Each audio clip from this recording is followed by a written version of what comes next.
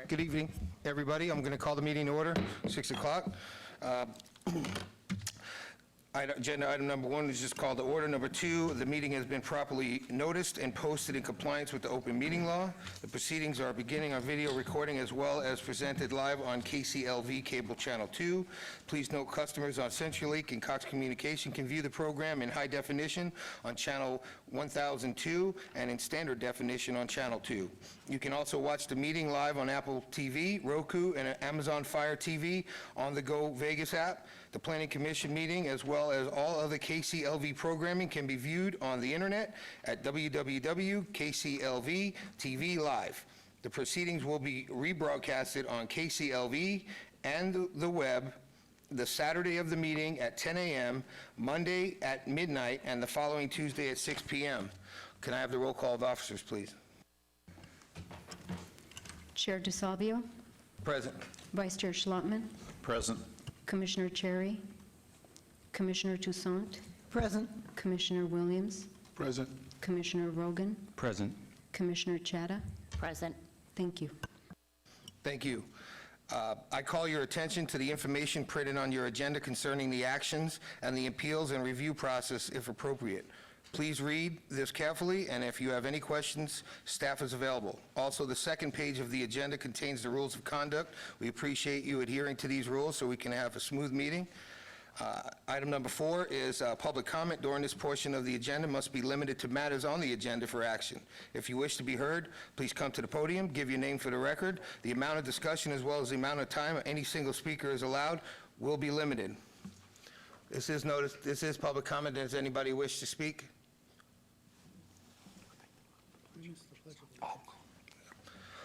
Okay, I'll close it, and if I can get everybody to stand for the Pledge of Allegiance.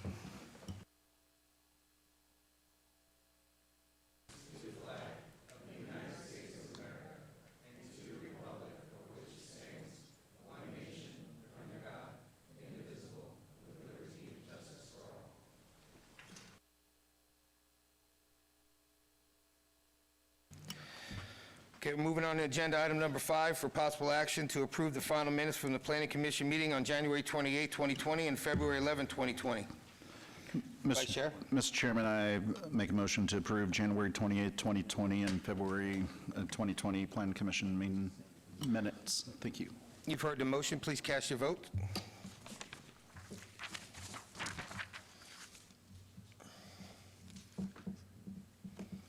And that motion passes. Agenda item number 6, for possible action, any of these items on the Planning Commission staff and/or the applicant wish to be stricken or held in abeyance to a future meeting may be brought forward and acted upon at this time. Anybody? Go ahead. Please state your name for the record. Thank you, Chair DeSalvio. For the record, Jennifer Gaynor from the firm Dickinson Wright, here on behalf of my client, Walmart Stores, Inc. I know it's deja vu from the last meeting, but I'm asking for the second and final 30-day abeyance on item number 45, which is ROC 78043. Thank you. Thank you. 30 days? Yes. 30 days. Mr. Chair, we have some housekeeping items. The applicants wish to withdraw without prejudice items 22 through 26, 35, 36, and 42 and 43. The applicant wishes to obey items 27 and 28 to the April 14th, 2020 Planning Commission meeting. This is the second abeyance request for this item. Staff wishes to obey item 47 to the April 14th, 2020 Planning Commission meeting. This is the first abeyance request for this item. Thank you. Thank you. Does anybody wish to speak on these items? Seeing none, Vice Chairman Schlottman. Yes, Mr. Chair, I'd like to make a motion to withdraw without prejudice items 22 through 26, 35 and 36, 42 and 43, and to hold in abeyance till the April 14th, 2020 Plan Commission hearing, items 27, 28, 45, and 47.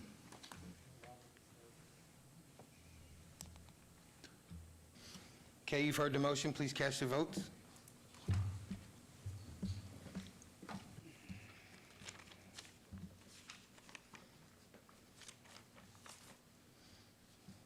And that motion carries. Moving on to consent items. Consent items are considered routine by the Planning Commission and may be acted upon by one motion. However, any item may be discussed if a commission member applicant so desires. Item number 7, TMP 78149, applicant Greystone Nevada LLC, owner Eastland LLC, for a possible action on a request for a tentative map for a 217-lot, single-family residence subdivision at the southeast corner of O'Hara and Log Cabin Way, Ward 6. Staff recommends approval. Item number TMP 78151, applicant Greystone Nevada LLC, owner Eastland LLC, for a possible action on a request for a tentative map for a 199-lot, single-family residential subdivision on the northwest corner of O'Hara Road and North Sky Canyon Park Drive, Ward 6. Staff recommends approval. And TMP 78230, applicant Shia Homes Limited, partner owner Eastland LLC, ETA AL, for a possible action on a request for a tentative map for a 15-unit multifamily condominium and a 159-lot, single-family residential subdivision at the northeast corner of Log Cabin Way and Sky Point Drive, Ward 6. Staff recommends approval. Vice Chair? Yes, Mr. Chairman, I would move to approve items 7 through 9 on the consent agenda. You all heard the motion. Please cast your vote. And that motion carries. And Mr. Chairman, those 3 items will be final action this evening unless appealed to the city clerk's office within 7 days. Thank you. In one vote, the following items that may be considered in one motion, one vote, they are considered routine, non-public, and public hearing items. All public hearing and non-public hearings will be opened at one time. Any person representing an applicant or a member of the public or a member of the Planning Commission not in agreement with the conditions and all standard conditions for the application recommendation by the staff should request to have these items removed as part of the agenda. Related items 10 and 11. Item 10, VAR 78251, applicant XL Charter Development, owning a Champion Center of Las Vegas, for the possible action on a request for a variance to allow deviations from Title 19.10.020 CV development standards at 3900 East Bonanza Road, Ward 3. Staff recommends approval. Item number 11, SDR 78252, for a possible action on a request for a major amendment to a previously approved rezoning and plot plan review, Z0073-86, for the proposed addition of a two-story building addition and parking lot expansion to an existing school and church house of worship development in Ward 3. Staff recommends approval. VAR 77772, applicant owner ARG D151PCK001 LLC, for a possible action on a request for a variance to allow a 6-foot side yard setback where 10 feet is required for an existing building at 150 South Valley View Boulevard, Ward 1. Staff recommends approval. Related items 13 and 14, SUP 78253, applicant owner, City of Las Vegas, for the possible action on a request for a special use permit for an alternative parking standard to allow 12 parking spaces where 50 spaces are required for a clinic use at 1425 Main Street, Ward 5. Staff recommends approval. SDR 78254, for the possible action on a request for a site development plan review for a proposed 8,812 square foot clinic, Ward 5. Staff recommends approval. Item number 15, SUP 78216, applicant is IHOP Restaurant Company, owner SSD Nevada Properties LLC, for the possible action or request for a special use permit for a proposed 6,610 square foot restaurant with alcohol use at 1809 South Las Vegas Boulevard, Ward 3. Staff recommends approval. Item number 16, SUP 78227, applicant OTM Hospitality Group, owner Main Street Investments 2 LLC, for the possible action and request for a proposed 1,477 square foot tavern limited establishment use at 100 East California Avenue, Ward 3. Staff recommends approval. Item number 17, SUP 78235, applicant owner 1025 Main Street LLC, for a possible action on a request for a special use permit for a proposed 4,124 square foot urban lounge use with 815 square foot of outdoor seating. And just for the record, I want to make a correction on the address. It is supposed to be 1031 Main Street, not 1301 Main Street, and that's Ward 3. Staff recommends approval. Related items 18 and 19, VAC 78236, applicant owner Twin Lakes Baptist Church for a possible action on a request for a petition to vacate U.S. government patent easement at the northwest corner of West Cliff Drive and Rainbow, Ward 1. Staff recommends approval. SDR 78237 for a possible action on a request for a site development plan review for a proposed one-story, 14,625 square foot church house of worship, including a fellowship hall and administrative building, and a two-story, 5,790 square foot multi-purpose building with a waiver not to orient the building to the corner where such is required. Ward 1, staff recommends approval. Item number 20, SDR 78259, applicant owner Fortress Ogden LLC, ETAL, for the possible action on a request for a site development plan review for a proposed five-story mixed-use development consisting of 774 square foot of commercial space and 80 multifamily residential units with a waiver of Title 19.09 from base code standards at 1116 East Ogden Avenue, Ward 5. Staff recommends approval. And item number 21, VAC 78294, applicant owner Toll South LV LLC, for the possible action on a request for a petition to vacate public drainage easements and sewer easements generally located at the corner of Far Hills Avenue and Ridge Pine Street, Ward 2. Staff recommends approval. Disclosure. Yes. Mr. Chairman? Go ahead. Mr. Chairman, we had some requested condition changes for item number 11. The applicant proposes the following condition changes and additions for item number 11. Amend condition number 10 to read, install a pedestrian crossing on Harris Avenue at a location to be determined by the City of Las Vegas traffic engineer prior to the start of the 2020-2021 school year. Add the following conditions.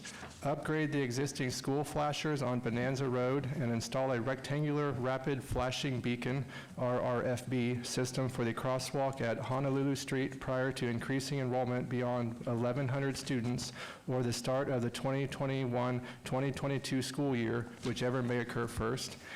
There shall be an administrative review by the Department of Public Works 60 days after the school has opened to ensure compliance with the approved traffic impact analysis as it relates to the school pickup and drop-off plan and the overall school traffic operations.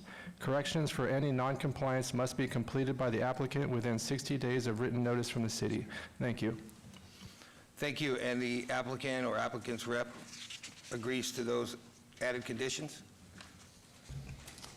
Good evening, Mr. Chairman, Commissioners. Bob Gronauer, 1980 Festival Plaza Drive. I'm here representing the applicant in this matter, and we accept those revised conditions, and I want to thank your staff for working with us on them. Thank you, Commissioner. Oh, yeah. Lotman. Mr. Chairman, we got one more condition change on item 14. So if I could just read that. On item 14, condition number 10 should be modified to read, prior to the issuance of any permits, dedicate an additional 4 feet of right-of-way for a total full street width of 90 feet on Main Street and a 20-foot radius at the southeast corner of Four Master Lane and Main Street. Thank you. There's a person here at 14. And that's the cities, right? Do they agree to it? No, I'm joking. I'm just joking. Okay, Commissioner? Yes, Mr. Chairman, on the one motion, one vote items, I'm going to go ahead and say I'm going to be abstaining on items 16 and 17 on Urban Lounge within the notification area, and I'm under contract on one of these as well, so. 15. And 15, I am, is far enough away. I'll go ahead and disclose, but it's far enough away. So on items 10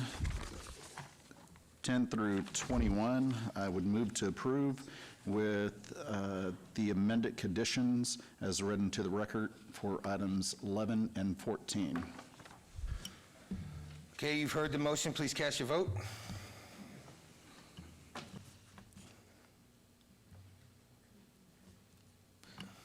Mr. Chairman, just to clarify, that's amended and added as on items number 11 and 14.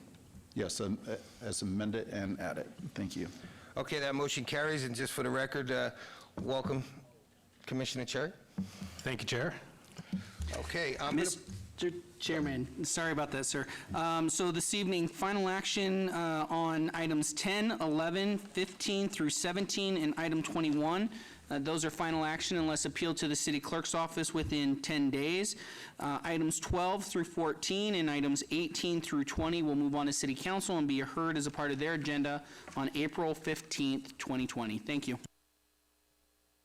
At this time, I'm going to pull forward item number 49 for a presentation.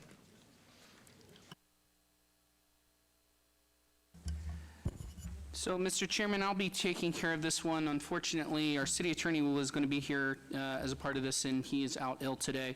So, after you read the item into the record, I will go ahead and give the staff report on that one. Okay, thank you.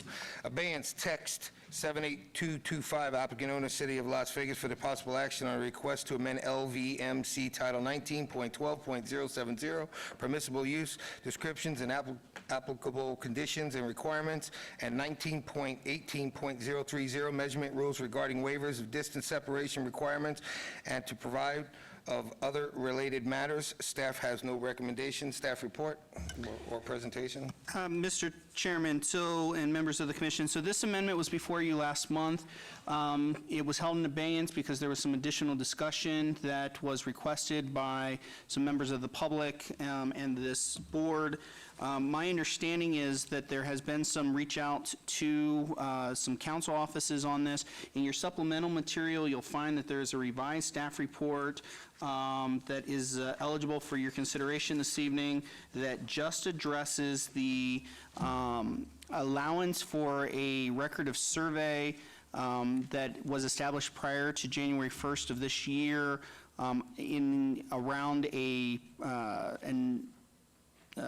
item that is considered a protected use, so a daycare, a school, a house of worship, that if a record of survey had been established prior to January 1st of this year, that could be used for purposes of establishing the distance separation between a new, in this case, marijuana establishment and that protected use. So you have the original staff report that included the distance waivers. It's my understanding from conversations that I've had with the city attorney's office that the original requester of this was okay removing that. So that's why you have the two staff reports. And if you have any questions, I will be happy to try to answer those. Thank you. Okay, at this time, I'll open it up to the commissioners. Commissioner Slotman? This is noticed as a public hearing. Anybody from the public wish to be heard on this item, please come forward. State your name for the record. Evening. Mr. Chair, Commissioners, Ryan Arnold here tonight representing Station Casinos as well as Fremont Street Experience. I appreciate Director Summerfield's presentation, but I guess I'm still a bit confused. I'm not sure what's being presented tonight. Is the waiver discussion off the table now? And it's just the new version for locating marijuana location? So, Mr. Chairman, through you, so there is, as supplemental backup to their material, staff has prepared a report that just addresses the adjustment that allows for a record of survey to serve as a line of measure for protected use to a marijuana establishments.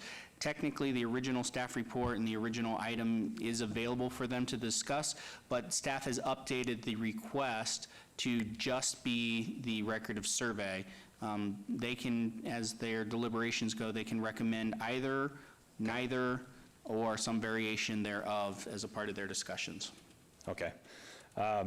I guess my comments are going to be very similar to what I had last time, and that is we're not quite sure what the language says. We have yet to see the updated staff report. My clients, we're not concerned about the marijuana element. It's simply the waivers with the liquor. There's a bunch of unknowns. In fact, I thought this thing was going to be tabled or removed up until I walked in the door tonight. So the other, I guess, comments I would share is that it's my understanding that the city has hired a new consultant to help you guys take a look at your liquor code, and probably over the, I'm assuming the next year or so, reach out to a lot of my clients and others to have discussions and figure out what's best on and what changes make the most sense. So it's much more of a holistic view. That's something we support. And I would just encourage this board, if there's still any consideration for the liquor element, let's go through that process. Give us all a chance to kind of have input, and let's see where that goes. So I appreciate the board and listening to me, and we'll leave it there. Thank you. Mr. Chair, just for the record, the city attorney's office is in agreement with that in terms of the fact that we are hiring a consultant with regard to the waiver aspect of this ordinance, and we'd ask that you probably delay that portion and just consider the actual distance separation that the director was speaking of before.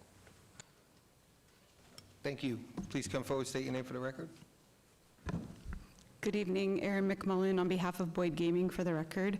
I would like to echo many of Mr. Arnold's comments. Obviously, we have the same concerns. We're members of the FSE and have properties all throughout the jurisdiction. So we obviously also have concerns about the alcohol use and would like to do more of a comprehensive solution than something like this that we think has some grave concerns for legal precedent setting and things of that nature moving forward, very similar to my last time comments. So appreciate any work we could do with you all to come to a good resolution. Thank you. Thank you. Good evening, Virginia Valentine for the Nevada Resort Association. I would just like to say that we agree with the comments made by Ms. McMullen and Mr. Arnold. Also, this latest revised staff report is, we haven't seen it, it's news for me, and we would definitely like some opportunity to review it and comment on it. Thank you. Thank you. Good evening, Cami Dempsey representing Golden Entertainment for the record. Thank you, Chairman and members of the Commission. Not to reiterate everything that has already been said, but Golden Entertainment is the largest provider of the tavern industry, and so we have already invested significantly in the communities, and we're thrilled that there's growth and opportunity for others to enter the market, but we also want to be sure we're not penalizing those that have already established so much and invested so much. So we are also looking forward to seeing that staff report and being involved with future discussions. Thank you. Thank you. This is noticed as a public hearing. Anybody else wish to be heard? Seeing none, I'll close the public hearing and turn it over to the Commission. Commissioner Schlotman. Yes, Mr. Chairman, thank you. You know, we reviewed this and we had quite a debate at last month's Planning Commission hearing. Probably one of the best debates that we've had to date with this body. And I'm glad we took that extra 30 days because it kind of helped me think through this a little bit further. Some of those thoughts don't pertain to this new bill with a lot of this stuff that has now been struck from this bill. So I won't really touch on the alcohol-related items. As far as the marijuana-related items go, I understand what we're looking at on this revised ordinance and text amendment as relating just to marijuana and dispensaries, cultivation facilities, production facilities, social venues, so on and so forth, anything cannabis-related. And this is pretty much establishing, you know, how we measure the distance separation from one location to another location. And, you know, I've constantly struggled with the distance separations in the past with the way that we measure. And, you know, you always hear different people saying, well, why are we measuring, you know, 1,500 feet as a crow flies? Sometimes we'll look at that stuff. And this gets into a bigger conversation, which I won't get into tonight, but just to touch briefly on it, sometimes you can have a particular project where it might be 3,000 feet as someone would walk or drive from a particular location around a commercial subdivision, around a block wall, and back into a neighborhood. But they're 0 feet away because there's a residential touching that commercial subdivision. I think at last month's meeting, I made a comment that if we take into account some of the bigger shopping centers, such as the one at Decatur and Charleston, if there's alcohol-related use on the west side of Decatur, that pretty much could eliminate all the potentials for any of those uses to go anywhere within the shopping center of the Walmart, PetSmart, Lowe's, the Big Lots, or whatever, Smart and Final, that whole shopping center. Is that the best way to measure that? And as it pertains to marijuana and other, cannabis-related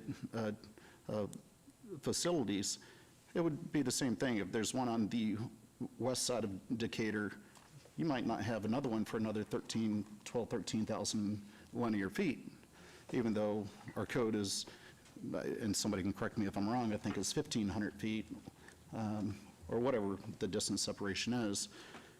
So the record survey, I see as a tool. It could be viewed by, different people in different ways. But I think that it actually does something. It creates a boundary around a particular business. Now, if that's arbitrary and somebody decides just to draw a line around that business, it's still from that business to another business or another protected use. I guess my biggest problem, and I don't know why this should just apply to the ones prior to January 2020, why it wouldn't apply to the ones after. So I would be willing to either say, don't apply this to just the ones up to January 2020, apply it to all of them even in the future, or deny all of them. Don't allow records to survey at all. And I'm fine with not allowing records to survey. But whenever I look at doing something where it goes to records to survey or accept it only to a particular day, that means, to me, it seems like it's benefiting a few versus benefiting the entire community the same. So those are my thoughts. Like them or not, I'll put them out on the record. Thank you, Commissioner. Commissioner Rogan? Thank you, Mr. Chairman. I do have some questions, and before I do, I do share Commissioner Schlottman's concerns, and so that's why I'm going to be directing some of my questions to Mr. Sommerfeld.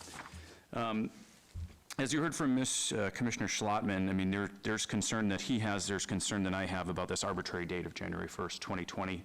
And it seems to me that that's creating essentially two classes of situations. People who filed a record of survey before January 1st, 2020, and then those commercial subdivisions that did so afterwards. The ones that filed before January 1st, 2020 might be able to avail themselves of this proposed ordinance, but everybody after that date is precluded. Is that how this ordinance reads? Mr. Chairman, through you. So yes, Commissioner. So the question that was presented was that in the past there had been landowners who used a record of survey to divide up their land, not realizing that that record of survey didn't constitute a regulatory division of their land. It was a financial division of their land, but not a regulatory one. And so since they didn't avail themselves of other mapping actions, and that was something that happened in some past, that there should be some allowance for those that didn't know that mechanism didn't apply on the regulatory side. So that's why you have a date, because January 1st is essentially when we came out with this adjustment. And so the idea was for those in the past who may have used a record of survey to create a lot without realizing that it didn't have any regulatory component to it, or didn't allow them to use it as a regulatory component, that would provide some alleviation for them of the distance separation, but that it wouldn't constitute some way for someone to now come after the fact and after this rule was changed and try to establish maybe a false expectation of what that distance should be. So I guess my question still stands. So there would be two classes of people. Correct. So Okay. anyone who did All right. a record of survey today would not be able to use that line for a record of survey to use for the distance to the protected use. Right. And then the other question I have is that the second subsection of this proposed ordinance, and that's with regard that the parcel containing the protected use is separated from the marijuana establishment by a right-of-way with a width of 100 feet. To me, that seems a bit arbitrary. Is that also not creating another class or another subdivision where you have the potential for some protected use that's separated by a right-of-way of, say, 80 feet as opposed to 100 feet? It doesn't apply. Isn't that true? So, Mr. Chairman, through you. So, yes, Commissioner, so yes, this is another distinction. We use, and have historically, the city has used the 100-foot right-of-way as the level of service for delineating the barrier that a 100-foot right-of-way creates as a primary arterial street between two areas. And as you'll find in multiple places in our code, we use that as the general roadway that creates an opportunity for separation of the uses that you're trying to protect. So that's the level of service roadway that we use. 80 foots still have the potential for elementary schools and middle schools, and they have much more residential traffic typically than what you would find on a 100-foot right-of-way.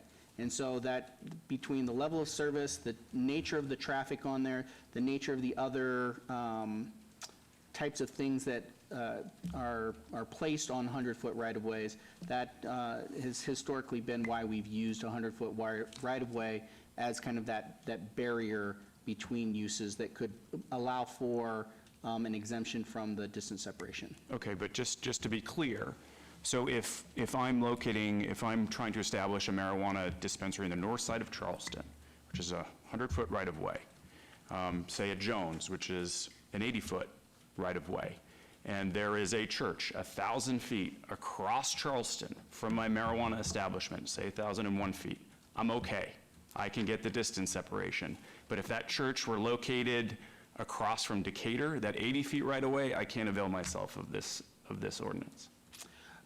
Well, I want to be very clear. So the distance to a church is only 300 feet. I'm sorry, school. To a school, so if you change church to school, then yes, you would be able to, if the school was created by record of survey. Now, the likelihood of a school being created by a record of survey is pretty non-existent because they're almost exclusively on civic zone parcels, usually owned by the BLM or the school district, with the school district having leases on those that are on BLM property.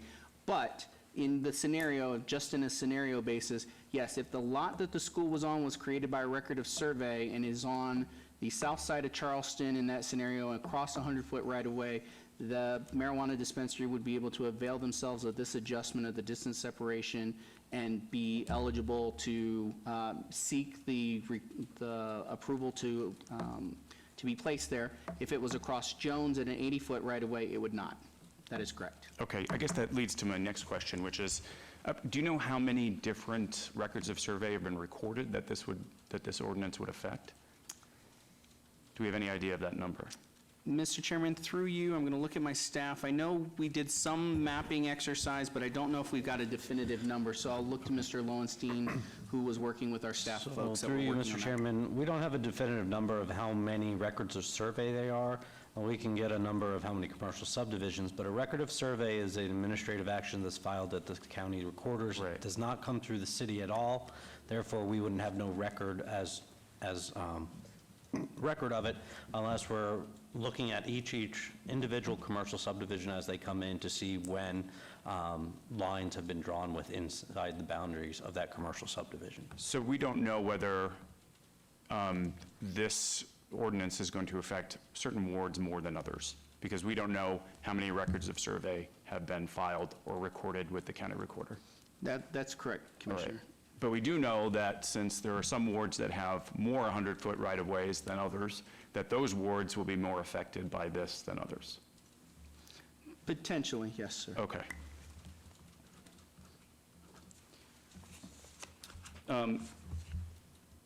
Why are we doing this for marijuana only? Why are we changing the measurement method for marijuana only and not for other types of uses? So, Mr. Chairman, through you, so Commissioner, so originally, this was all a package, as you will recall from last month.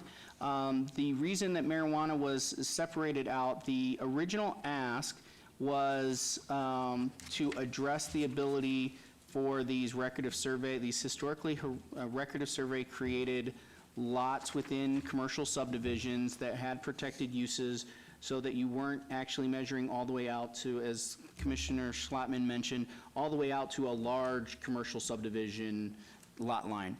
Under the original scope of this amendment, allowing the council and the planning commission to have back their discretion on approving a waiver solved that problem for everything that currently has a non-waivable distance separation, except for marijuana establishments, because marijuana establishments are the only use that has a distance separation established by statute instead of by ordinance. We had to address marijuana establishments separate from that waiver provision. Now that the other portion of this amendment has gone away, the request was to move this part forward, understanding that we have the alcohol or consultant on board. We actually will be beginning meetings with them the first week in April. And so we expect to have, working with the constituents, we expect to have a new package of alcohol-related licensing and parallel land use recommendations for the Planning Commission and City Council to hear at the end of this year. That would address those other uses, which is why this one is still moving forward, because even if we change things on the alcohol side, it does not affect the marijuana, because those are statutory distance separations. So finally, is there a particular impetus behind this ordinance relating to marijuana? Was there an application, a particular note that caused this to be suddenly an issue? There was an appeal of a director's decision. Actually, I think we may almost be a year ago now, since it was heard by the council. The council did table that appeal and gave direction to staff to look into the conversation around distance separations all across the entire spectrum of protected and uses that require distance separation. After quite a bit of work in looking at other best practices in other places and looking at our code and why our code reads the way it does, staff, to address that request of council to look into that, had proposed a solution. If you believe a solution needed to be made, a solution to that, which is evolved into what we have before us today.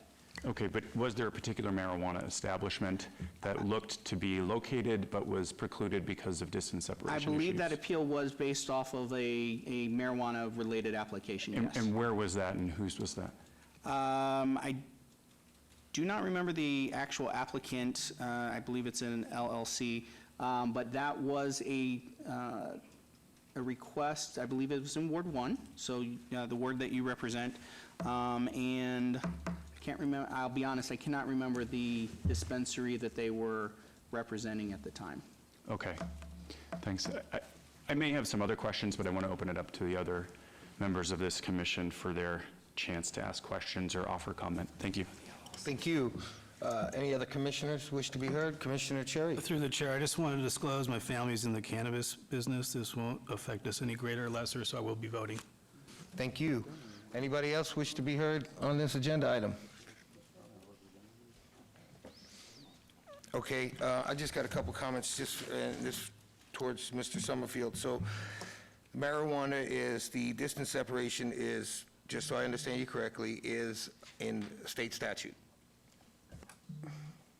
Yes, Mr. Chairman, so they establish distance separation under statute, yes. Okay, and then also the licenses, there's just a limited amount of those as well, correct? Correct. There's a limited number of licenses for the dispensary operations. Cultivation and production do not have limitations, but dispensaries do, yes. Okay, I just wanted that for clarification. Okay, does anybody else have any other comments or questions? Commissioner? Thank you. Just to follow up on that question, there's actually a measurement, Mr. Summerfield, in the statute for distance separations in terms of marijuana establishments obtaining licenses, correct? Yes, yes. And that's an actually different method of measurement, isn't it? Correct. So, Mr. Chairman, through you, yes, Commissioner, the way the state outlines as the base model for establishing distance is different than how we measure it. Ours is a more conservative measure. Okay. And more consistent across all of our uses at present. All right. I do have some just general comments based upon the answers that I received tonight, and I want to share those with commissioners. I am concerned, as Commissioner Schlottman raised, about the disparate treatment that we certainly have based upon the, I guess, two subsections in the proposed ordinance. First being that a record or survey has to be recorded on or before January 1st of 2020 that establishes two distinctive classes of people that are affected by this. But that's further compounded by the fact that you have also this, and I understand it may be used in the code before, but this just arbitrary idea that if there's 100-foot distance, 100-foot right-of-way between the two particular uses, then suddenly they can avail themselves of this ordinance, whereas if it's an 80-foot right-of-way or something less than that, they can't. To me, 1,000 feet is 1,000 feet, or 300 feet is 300 feet, regardless of the level of traffic that may be on a roadway. And if we're going to be seriously looking at the distance separations in marijuana, which we certainly need to do, then why not we do it the way that the statute does it, which is essentially door-to-door or door-to-lot line. And that way, everyone's treated fairly. There's not this distinction between whether there was a record of survey filed January 1st, 2020 or not. There's not this distinction based upon a 100-foot right-of-way. It's tape measure, 1,000 feet, 300 feet. That, to me, seems the simplest solution to this problem and the most clear. This ordinance is not clear. This ordinance, to me, seems more difficult, and it's more difficult, I think, for the public to comprehend as well. I agree it's an issue. I think that we should probably take it under more consideration. Maybe that's for City Council and not us, but I just don't think that this method is the way to go. Thank you. Thank you, Commissioner Rogan. Okay, Commissioner Schlottman.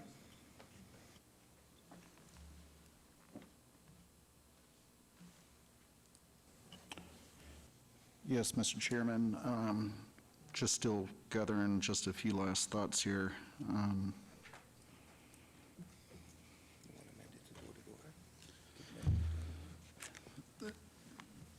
Director, through you, Mr. Chairman, Director Summerfield, could you just, would you mind letting me know how the, it doesn't matter. I was wanting to know how the state does it, but we're not looking at the way the state does it right now, so.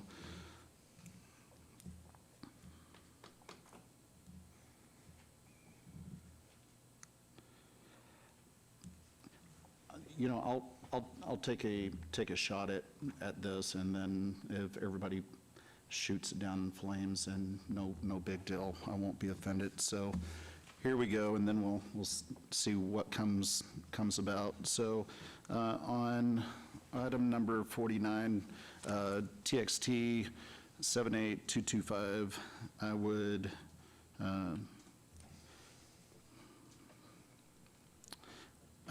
make a motion to approve striking the January 1st, 2020 date and striking number 2 on the 100-foot right-of-way, because as Commissioner Rogan was stating, if it's a 60-foot, 80-foot, 100-foot right-of-way, you know, it really wouldn't matter to me that much. So, and then again, we might be striking too much of this to even have a text amendment, but. Mr. Chair, if I could. Please. Vice Chair, if you were going to make a strike of those particular provisions of the code, you'd need to come up with some suggestion as to what you'd like to see there. I'd rather see, if you don't mind, see you strike this particular ordinance. Let us come back. We've heard what you said. You've understood what the people in opposition to it have said. Let us come back with a clean ordinance that kind of reflects those, what you've said today, and just start anew.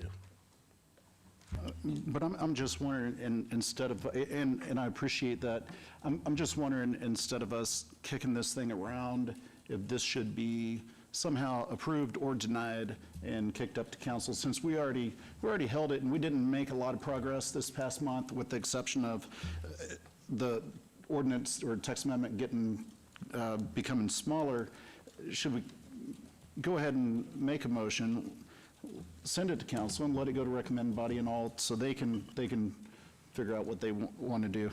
Vice Chair, so you'll need to actually, if you're going to strike the January 1st, 2020 date, you'll need to come up with some date that you think is more appropriate. And then with regard to the 100-foot right-of-way, you'll need to come up with some distance separation you believe to be sufficient for that provision as well. Okay, can I ask a question? Instead of using the word strike, can he use the word, make a motion to approve with the recommendation that the city council kick around the removal of that date, and not so much use the word strike and then have to rewrite it? It was just basically you would make a motion, I think I see where he's going with it, with those two recommendations, so that way when city council has a chance over the next 30 days or 45 days, whatever it is, they have the ability to take what came out of here and see if they can work with those recommendations. Mr. Chairman, my suggestion would be, I think, something in between. I mean, this is certainly not ripe, I think, to send up to City Council. There's serious concerns that I have, and I think that other members, seeing their heads nod up here, have. I would recommend that rather than strike, rather than move up to City Council, let's just table it, and staff and City Council, and of course we can. We can table it, and then, within the next 6 months, it comes back before us with changes that are made. After due consideration. We had 30 days, and honestly, that 30 days I think was valuable because we did have the opportunity to discuss at length the liquor issue, and obviously that had an effect because now it's almost gone. So I think this needs some massaging, certainly. I mean, it was almost stricken tonight in its entirety, and then suddenly 5 minutes before Planning Commission, it's back on. So there's just something that needs work. And I think tabling, it's not striking, it's tabling, allows that to happen. So, and Commissioner, I'm sorry, and I probably gave you some incorrect information. Even though you do have the ability to obey certain items or table certain items, right, you've already, I think, obeyed this item once. And as a commission, you only have the ability to obey something for 30 days. So I misspoke with you when I told you about obeying it. So, yeah, I forgot that you had already obeyed this item once. So you only had the ability for 30 days. So the rules are if we obey it, we can't table, but if we table, we can't obey. Correct. We can only get one. You only have the ability under City Council's ordinance to obey anything for 30 days. But we're not obeying, we're tabling. Well, tabling is essentially obeying it for a certain period of time, or it's keeping it in limbo. So the City Council's desire was that you don't have the ability to hold anything that long. So they decided that you only have the ability to hold anything for a 30-day period only. Okay. Well, at least let's, you know what, I'll yield to Commissioner Schlottman then. Mr. Chair, if I could try this again. Hold on. I think Commissioner Chada was before you. Okay, go ahead. I think Mr. Scott actually clarified that we can't obey this tonight, so it's got to be voted on tonight. I agree with Chairman DeSalvio and with making those recommendations, sending it up to City Council as it stands with our recommendations and having them vote on it. And if anybody else has anything to add. Thank you. Thank you. Commissioner Rogan? I still think our concerns are valid. And yes, we can do one of two things. We can strike it, and I certainly think that we need to officially, for the record, strike the portions that were removed from the current staff report that was given to us, as opposed to what was presented 30 days ago. That was whispered in my ear by the city attorney. Yeah, as a part of the motion, I would request that the motion be on the version that was in the supplemental materials submitted to the Planning Commission by the staff today, not the version that was in the online backup. Okay. So for the record, that would be the clarification there. Okay. And I would support a motion to strike at this time. I still think if we can't table it, which I would certainly support and certainly seems reasonable despite the rules that were given to us by City Council, if it's not ready, it's not ready. And we shouldn't waste City Council's time trying to figure this out. Make them do the work beforehand and send it back to us so that we can consider it again. I think there's some ideas that we have that should be tossed around when we're talking about something as controversial as marijuana. Thank you, Commissioner. So would you be amending your motion? Because there is a motion on the floor. He made a motion, but he used the word strike. I just want to know if he wants to rescind that motion and update that motion.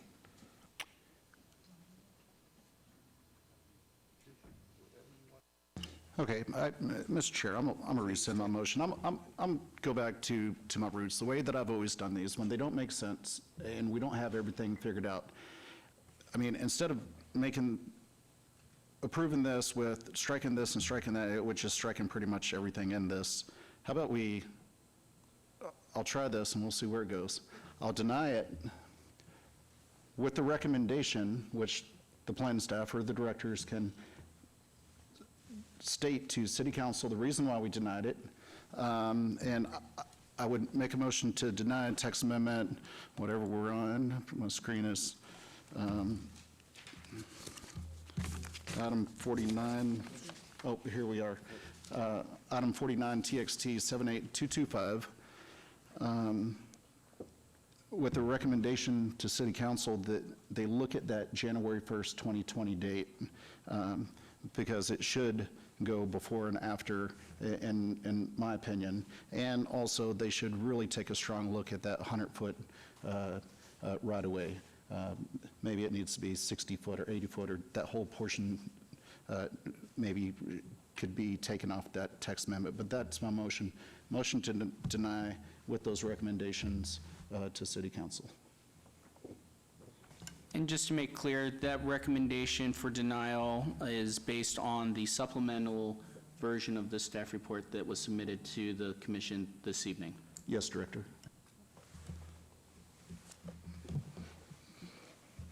Okay, you've heard the motion. Please cast your vote.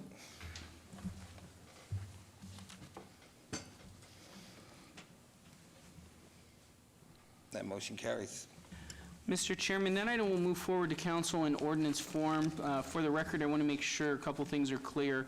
All of the testimony and discussion that was presented at the first meeting, as well as all the testimony and conversation that was at this meeting, will be forwarded to the requester of this text amendment for their consideration prior to their sponsorship of a bill, and will be given to them for their consideration on what that final bill may look like. Thank you. Thanks. Okay, item number 50, DIR 77790, applicant owner, City of Las Vegas, for discussion and possible action on report from the City of Las Vegas 2050 Master Plan, all wards. Staff recommends approval. Good evening, Commissioners. Chairman, for the record, Marco Vallada, City of Las Vegas Planning Department. I'm here tonight to give an update and a progress report on the city's 2050 master plan. As we've done at previous Planning Commission meetings, we want to give you the same information that we've provided to the City Council. We presented this item at the second meeting of City Council in February, and it was also discussed at length at the City Council's special meeting the last week of February. We had our consultant team, Smith Group, come out during that time frame to discuss the master plan and give a general overview. And tonight I'm going to give you just a quick refresher as to where we are at with the plan, as well as an overview of some of the place types and recommendations that are going to be under consideration as we conclude our drafting of the plan and preparing it for this body's consideration later on this year. So again, just a quick recap. The 2020 master plan, it's at the end of its life cycle, and the 2050 master plan is intended to provide that comprehensive look at the next 30 years, considering a lot of the changes, both demographic and socioeconomic, that we've gone through over the last throughout the duration of the 2020 master plan. And looking forward to 2050, we're projecting a lot of big changes that will be happening. In line with UNLV's projections, we're looking at adding another 300,000 new residents just to the city of Las Vegas itself, bringing the metro area's population to more than 3 million. those 300,000 new residents are going to need to live in 100,000 new housing units of some form, whether they're single-family residential or multifamily residential. And to go along with that, there are going to be additional needs with respect to public services and new infrastructure. Having space for commercial activities, we'll need new police officers, new teachers, new city staff members, all to support that growth in population that's going to take place over time. With the master plan, we've done quite a bit of laying the groundwork already, as we've previously presented to you. And again, this plan is intended to provide a clear vision and framework for the future of Las Vegas and direction for future development. It's intended to be implementation focused, adaptable to change, so that the commission and city council can adjust as trends change over time. And it was supported with a lot of public involvement and outreach. We've done quite a bit up to this point, and we're still continuing to take public outreach. We'll have some additional opportunities for public outreach on the draft itself as soon as it's released. But literally doing surveys throughout the community and going out to the public itself to get information about what is most important to members of the public and stakeholders. And again, just as a recap, the big challenges that we've heard consistently on, and this is by no means an abridged list. We heard a lot of issues from all across the spectrum, but the ones that we heard about the most were, again, education, crime and safety, homelessness, preserving open space, and the prospects of our long-term water supply. So our vision, which City Council and the Planning Commission has heard about, again, really speaks to being bold and innovative over the next 30 years, and that's what this plan looks to do. It's really to provide a baseline for access to services and education and jobs over the next 30 years, and doing so in a thoughtful, equitable way. And to help guide us to achieve some of the goals that are contained within the plan, we have a set of principles that the entire plan considers. We want to make sure that we're equitable, that we're resilient, that we're healthy, that we create a livable community, and we do so in a way that's innovative. So to get into some more detail on some of the things that are in the draft itself, we're planning and anticipating a hotter, drier future, and really considering what water resources are going to be like over the next 30 years, and how planning itself can help reduce water demand and impacts from urban heat. What we do know, based on information we've received through the Southern Nevada Water Authority, is that density impacts water use, and there is this correlation between lot sizes and building sizes that correlates nicely with some missing middle housing, the housing types that we don't currently have right now.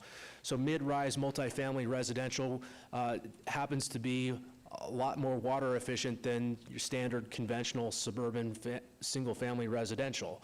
That's not to say that that's not a bad building type to have, and we'll continue to have more of it, but increasing the diversity of housing types and the diversity of housing units helps with the story of water.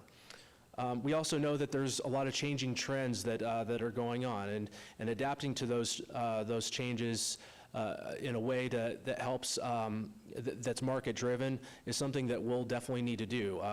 Millennials are definitely shaping how urban environments across the country look and feel, how people get around, and how people live. So there's going to be a lot of changes that this plan helps prepare for with respect to shifts in density and shifts in affordability and shifts in mobility. And we also have another intersection with different development types and transportation and moving around. There's a good correlation of having these missing middle housing types planned really well with these new place types that our consultant team and planning staff have worked together to develop. And really this medium density mixed use transit-oriented development provides sufficient density to house and accommodate these 300,000 new residents that we're anticipating over the next 30 years. So with the plan itself, we're prioritizing transit corridors, both present and future, and trying to connect different parts of the valley together. We worked a lot with the Regional Transportation Commission of Southern Nevada on the onboard mobility plan and the plan for high capacity transit to really mesh well with this land use plan and these new place types that we're going to go through really quickly. So primarily, some of the big place types that we have established already are regional centers, and that's downtown Las Vegas and Centennial Hills Town Center. More or less, these are the big hubs of the city's share of Southern Nevada with the greatest density and intensity, and they're certainly employment centers and regional hubs in their own right. New mixed-use centers are envisioned as a part of this plan. So between regional centers are these opportunities for transit-oriented development along arterial corridors that we have in place today that have good transit service already and might be ripe for the addition of high-capacity transit. This is certainly appropriate for transit-oriented development. And along those corridors, this plan envisions retrofitting corridors with infill housing and corridor mixed use to help improve walkability and aesthetics and build transit supportive density. At a suburban level, we're looking at neighborhood centers as well. Conversion of shopping centers that might be gray fields or might be areas that need some improvements that could be reconverted into other types, and while still providing some community support and providing some additional density. In the areas outside of the corridors, there are opportunities that we can work with the Planning Commission on with respect to changes to zoning to add some more mixed residential. So much of our housing within the city is single family right now, but there might be areas within our existing neighborhoods, especially in the urban core of the city, where multifamily type housing units could be built out that provide more units with less space and also accommodate a variety of different income types and income levels, again, to help address housing affordability. We also want to make sure that we strengthen older neighborhoods. There are some areas that are going to be appropriate for these types of transformative changes, and other areas where we want to be sensitive to preservation. That being said, there is the possibility of integrating non-detached houses in some of our older traditional neighborhoods with some smaller accessory dwelling unit types that we don't have today. And of course, we're going to continue to have the build out of new subdivisions, areas like Summerlin West and Sky Canyon, where we have existing development agreements. There's still going to be new subdivisions that are built in the northwest and the western parts of the valley, but there are going to be additional opportunities in a few places where new subdivisions could be thought of in different ways. And then finally, rural preservation. This is something that statute does require us to address, but making sure that those areas that are in the periphery do have that rural character and have that area preserved at low densities that make sense with respect to the surrounding character of the valley. So this is a simplified land use map of more or less the general plan as it stands today. And as you can see, I mean, there's not a lot of area to really grow out to. The focus with this plan is really infill and redevelopment, building up instead of building out. And that being said, we do still have some opportunities in the Northwest. But land availability today is shrinking. It will continue to shrink because we are landlocked. We don't have the ability to really go much further in any direction due to topography or to federal lands. And as you can see from 2000, I mean, that's really been changing. That's really been getting eaten up at a quick rate. So this land use plan that we're proposing that you will have in front of you at a later meeting date really boils down to these primary place types, the transit-oriented development place types that will serve as the impetus for new general plan categories that really focus in on that transit-oriented development and infill and redevelopment. And as you can see, they match up and align really well with some of our existing corridors. Charleston Boulevard, for example, linking those regional centers with those mixed-use hubs and corridor mixed use. And as mentioned, the Regional Transportation Commission's onboard mobility plan really does focus in on those same exact corridors. That was done deliberately to make sure that there's supportive alignment with the transit service that is being anticipated in the future. One of the unique things that this plan is going to do is take a deeper dive at individual parts of the city. So within each part of the city, we're going to have different planning areas that are comprised of neighborhoods that we can build a new sense of place and new character. We've done quite a bit of that already with downtown Las Vegas, and then in some areas, particularly Summerlin North, Summerlin West, they've done an excellent job at really creating a unique sense of place and character. We intend to do this deeper dive on other parts of the city and really focus in on ways we can incorporate other parts of the plan and really find out what people need and want as we implement the plan into the future.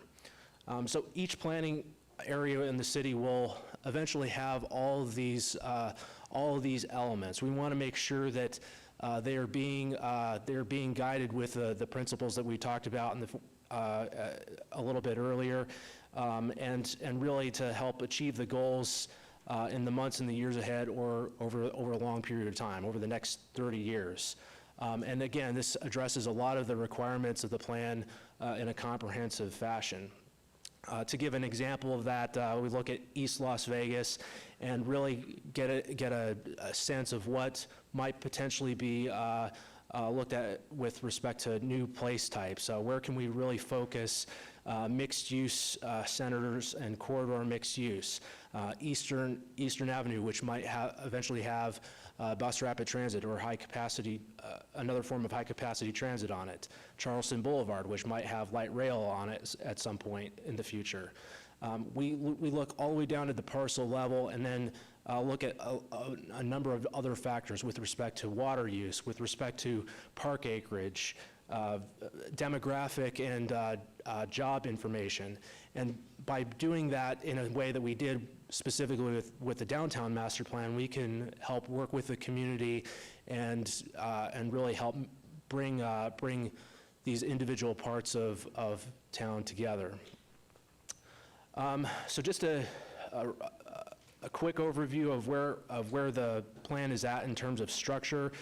We've broken the entire plan into a couple different chapters, each with individual goals. And all of this complies with NRS 278-160, which has all the required elements of a master plan. We've also gone above and beyond and addressed things that are a little bit outside of the scope of what the city does, specifically with education and workforce development. Again, things that are important for the city to address and to handle with respect to quality of life in the future.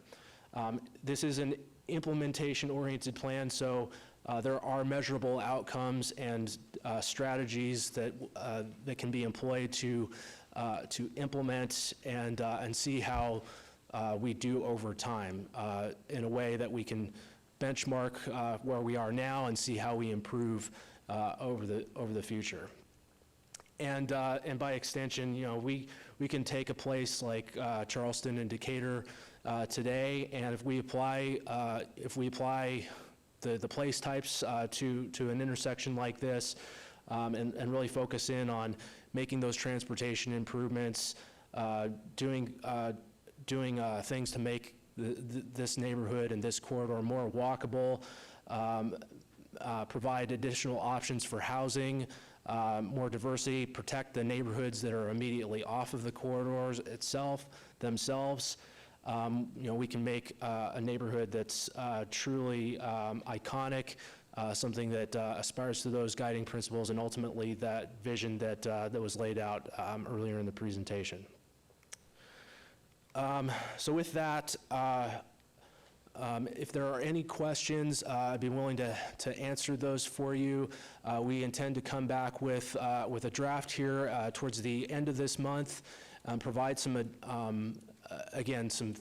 time for feedback on specific parts of the plan itself, and really hone in on anything that any of the commissioners want to hear more about and understand. This is the city's plan. This goes beyond just the planning department and the planning commission. We really are intending to be comprehensive in nature about this, and we really do, on behalf of our division, a long-range planning division, and our department and our consultant team, we really are looking for your feedback and direction on what we can do to make the city of Las Vegas a better place for 2050. Thank you. Thank you. This is noticed as a public hearing. Anybody wish to be heard on the report? Seeing none, I'll close it. Commissioners? Commissioner Rogan? I just want to thank you. You guys are doing a great job, and I know this is a long time coming, and it's hard work, so your efforts are really appreciated, and I mean, I can't wait for Decatur and Charleston to look like this, so get working. Got to keep the car wash, though. Got to keep that famous car wash. All right, thank you very much. Thank you. Mr. Chairman, if I might, I just want to give a special thanks to Marco and the long-range team who've been spearheading this, but it really is the entire planning department and the city of Las Vegas as a whole, the cooperation amongst the various departments, as well as our partners at the other local government agencies, as well as just the community that has reached out and done work on this. I think it'll be something we will really be proud of later this year when we bring forward the final plan. And I would just encourage that any member of the Planning Commission who wants to get involved in that review, let us know. We have plenty of documentation for folks to take a look at least internal for the moment, but we'll be going public with that review here very soon. So thank you. Thank you. Yes, Mr. Chairman. And I missed the date. When are you thinking that you're going to bring it back to Planning Commission? So again, Marco Vallata for the record. We intend to have a draft done, at least out for review at the end of this month. We're working on some of the components of it right now, but we have most of it built out. We pursuant to NRS 278, 210, and 220, we have a two-step process. We'll definitely have the public hearing here at the Planning Commission, and then this will be in front of the City Council for review and adoption as well. There will be at least a few other times where we'll have that opportunity available, and I will work with Director Summerfield to schedule some time specifically to get in front of the Commission with something concrete that you can review and look at and comment on. But Mr. Vice Chair, we anticipate that the plan itself, after public comment and everything, that we will be back before this body for, as the Planning Commission is the statutory caretaker of the city's master plan or general plan, we hope to have that actually here for you to take action on late summer or the beginning of fall at the latest. Okay, perfect, and I appreciate the presentation, and if you don't mind shooting me an email when you have the review package put together, I'd like to take a look at it. It'll probably take a month to read through all the work that y'all put together, but I think you have my email address, and just as early as y'all can get us that information before Planning Commission. What would be nice is if, when you have the final draft ready to come to Planning Commission, if it didn't just hit our backup information, because I imagine this is a few hundred pages long. Yes. And it's going to be really difficult for us to try reading that within like a few days prior to Planning Commission. So if we had a little bit more time, that'd be really helpful. We probably can give a lot more feedback. So I'd appreciate you looking into that as well. Yes, absolutely. Thank you. Anybody else wish to make comment? All right, we accept that report. Thank you very much. Thank you. I don't need a motion. Just a report. Yeah, no motion. Motion to accept this report. Okay, moving on to related items 29 through 34. 29, GPA 78348, applicant owner, City of Las Vegas, for a possible action on request for amend the planned streets and highways map as Schedule 31-1A, and to amend map 2C of the transportation and streets and highways element of the Las Vegas 2020 master plan to add, remove, and amend various roadways alignments within the northwest portion of the city. Ward 6, staff recommends approval. Item number 30, GPA 78349, applicant owner, City of Las Vegas, for a possible action on a request to amend the map number 1 and 2 of the trail element of the Las Vegas 2020 master plan. Ward 6, staff recommends approval. Item number 31, abeyance re-notification, GPA 78033, applicant 19. Mr. Chairman. Excuse me. I think the remaining items are not related. I think it's just 29 and 30, correct? I had it on my sheet as 29 through 34, but I could stop there at 29. Mr. Summerfield? Through you, Chair, so the remaining items are dependent on those first two GPAs, so they are somewhat related. I don't know if we want to separate them or not. I would ask the council then.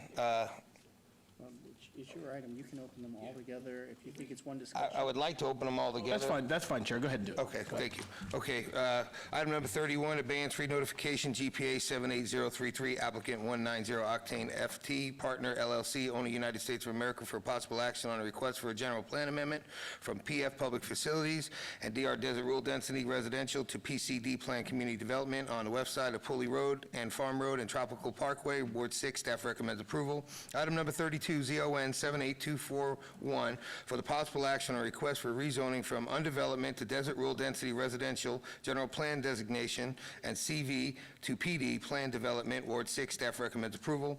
Item number 33, VAC 78242, for the possible action on a request for a petition to vacate Bureau of Land Management right-of-way grants. Ward 6, staff recommends approval. And item number 34, TMP 78365, for the possible action on a request for a tentative map for a 12-lot master plan residential subdivision on Ward 6, staff recommends approval. May I have a staff report, please? Mr. Chairman, GPA 78348 is a request by city staff to amend the master plan of streets and highways by removing segments of Pulley Road and to add a segment of Durrell Lane.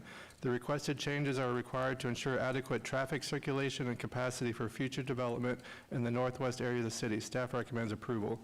GPA 78349 is a request by city staff to amend the trails element within the Las Vegas 2020 master plan by replacing the multi-use equestrian trail alignment along the west side of Pulley Road between Tropical Parkway and Grand Teton Drive with a multi-use non-equestrian segment.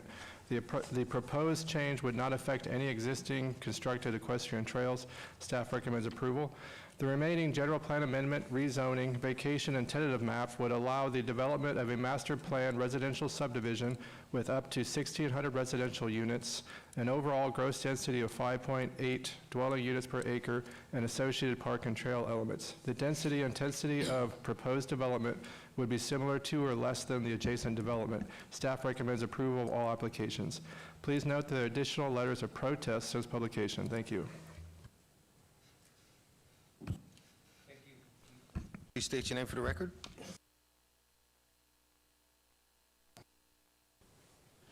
Thank you, Mr. Chairman, Commissioners. Good evening. Bob Gronauer, 1980 Festival Plaza Drive. I'm here representing the Olympia Group, who is as you may know, is the master developer for Sky Canyon. The reason why I mention that is because they're actually, as I go through this presentation, is This is sort of what we call a mini Sky Canyon master plan community. I have a large map here so you can appreciate the location of the property itself of what's before you today. What's before you today is approximately 270 acres, 275 acres of BLM property.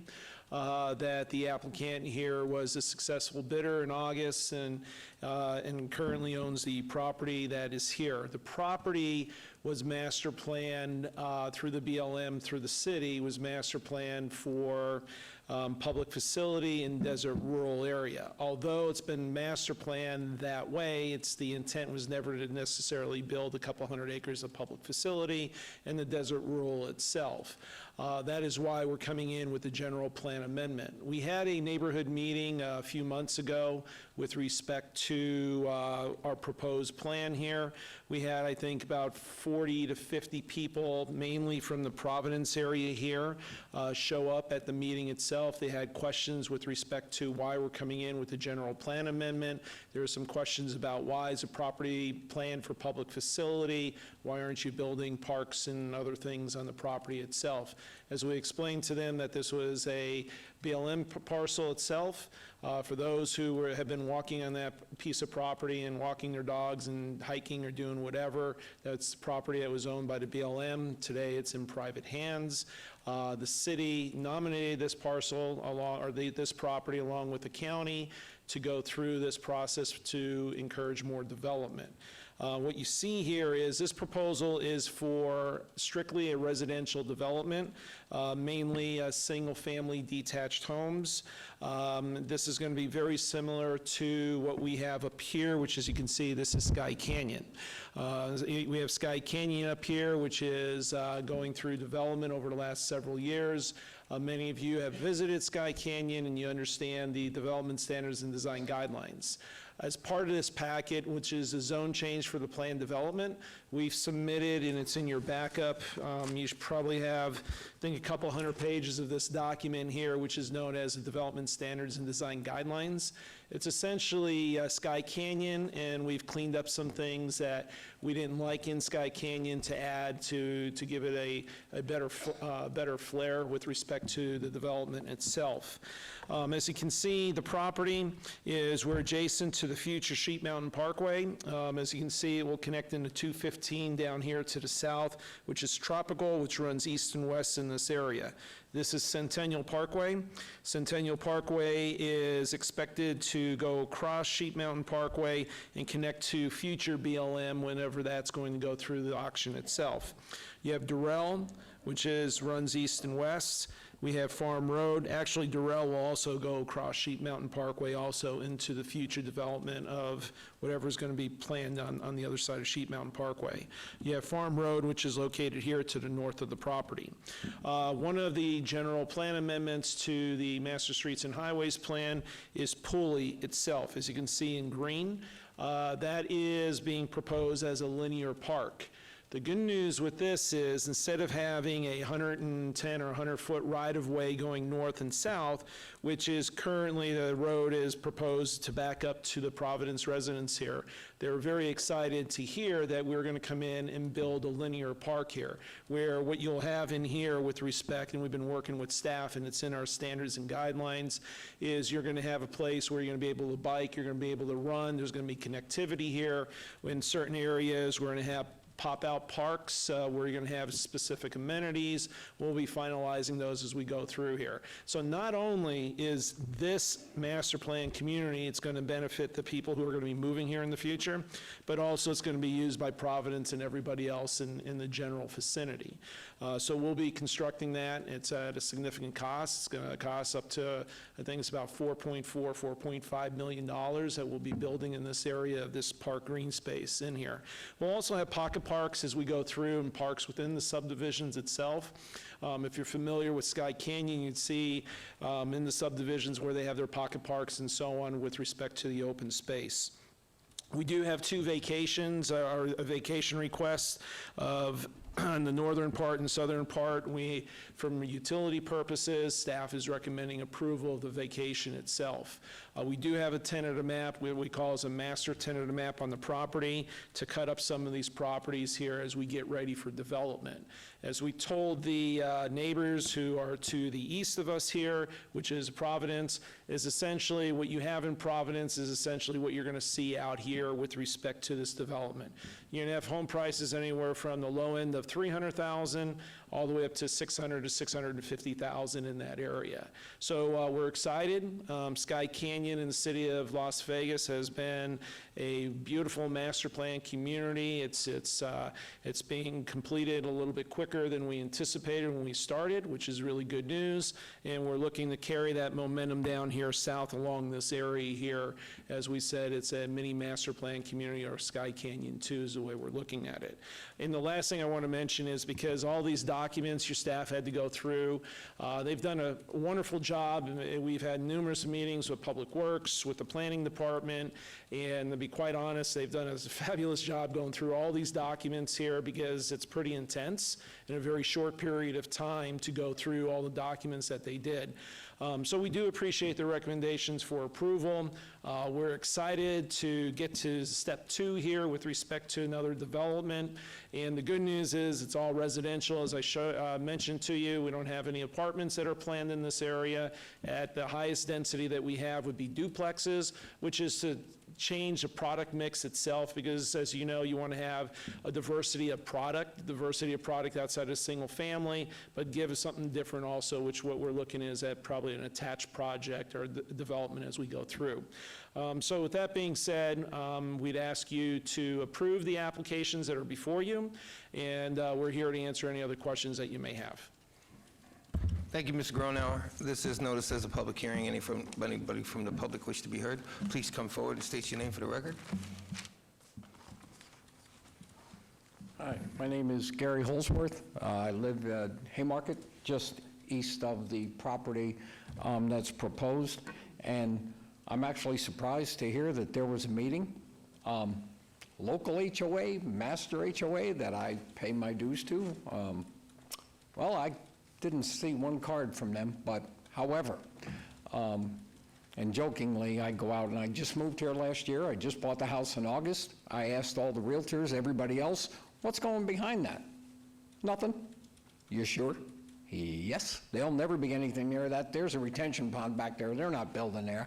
Thank you for that. But I've been around a long time. As a matter of fact, my father used to be the chairman of the zoning board, so I respect what you people do. God bless you all, because it's never easy. You have two sides to everything. All I would ask, and look, I know about progress. I love it. I happen to be one of the last ones in the development, so I get that beautiful view of the mountains every morning. That's why I bought the house. Look, it's progress. I know things have to happen. Things are going to change.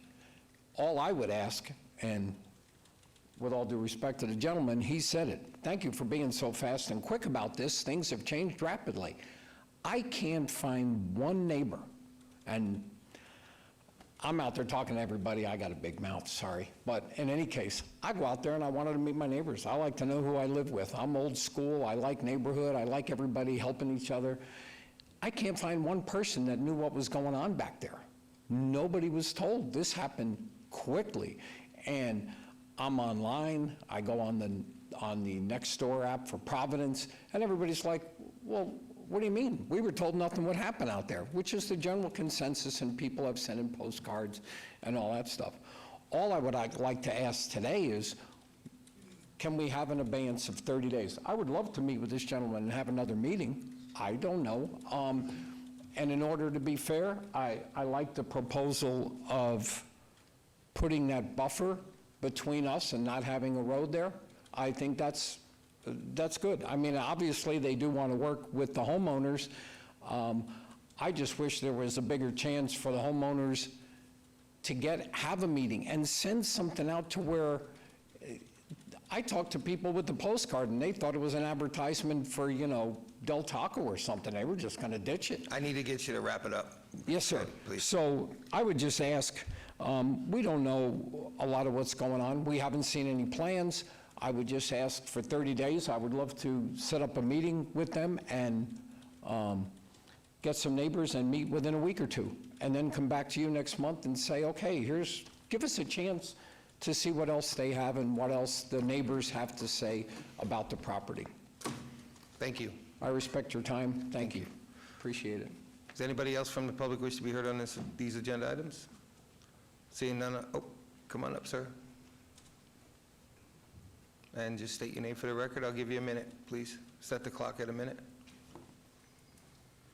Hi, Jeffrey Hoover, and I live in the area that we're speaking about, in the Franklin Park area. Matter of fact, my back wall is... Can I get you to state your name one more time? I missed it. Oh, I'm sorry, Jeffrey Hoover, and I'm in the Franklin Park area that we back up against Pulley Road there. That's the back wall of my residence. We bought about 3.5 years ago, and I just want to second what the gentleman just said. We didn't know anything about this. I found out about it through the town hall website thing that went out. When I moved in 3.5 years ago, when we had the house built, we asked the same questions. What's going to be back there? And we were told, because of the water retention basin, nothing, it's BLM land, it's, nothing to worry about. It's our retirement home, great view, nice place. After coming out of the military, trying to get something settled, and then this surprise came up, and I only heard about it last week. And the lady that did post it on the website did say that they had a meeting, but we were not, most of us were never notified. I never got anything to mail. So I would like to be able to have some input into it if possible. Okay, thank you very much for your comments. I appreciate them. Thank you. Thank you for coming out tonight. Okay, seeing none, nobody else, I'll close the public hearing, turn it back over to Mr. Gronauer for your rebuttal. Yes, thank you, Mr. Chairman. Again, Bob Gronauer. Couple comments. Understand the two gentlemen's concerns. We not only had one neighborhood meeting that was mandatory, and I mentioned we had about 40 or 50 people in attendance, and I believe it's in your backup. But when we told the neighbors, we did two things. We took names and email addresses and contact information, and we told them we were going to have another neighborhood meeting. We told them when we were going to hold the matter from 30 days ago. In the second neighborhood meeting that we had maybe less than 10 people, I believe, that ended up showing up to that neighborhood meeting. So we have no problem between Planning Commission and City Council meeting with the individuals here and any other neighbors that they do have. But for the record, we did go through that process in the neighborhood meeting, and I apologize, the guy that mentioned he lives right adjacent to Pulley, but we've worked, as you know, with the city, with the labels and sending out the postcards and all that information. So if anything, we'd like to move forward. We believe we've made a lot of advanced work, and I would believe that if we really had a significant opposition, the 50 people that were at that first neighborhood meeting would be down here tonight itself with respect to the concerns. We're comfortable we'll be able to address some of the issues that the gentlemen have, because those are the same issues that we addressed to the neighbors over the last two neighborhood meetings that we've had. Thank you. Okay, I'll now turn it over to commissioners. Any commissioners have any comments? If not, this is my area, so I'll take it over, and anybody wants to chime in, let me know. I know, yes, there was at least 1,800 cards that went out.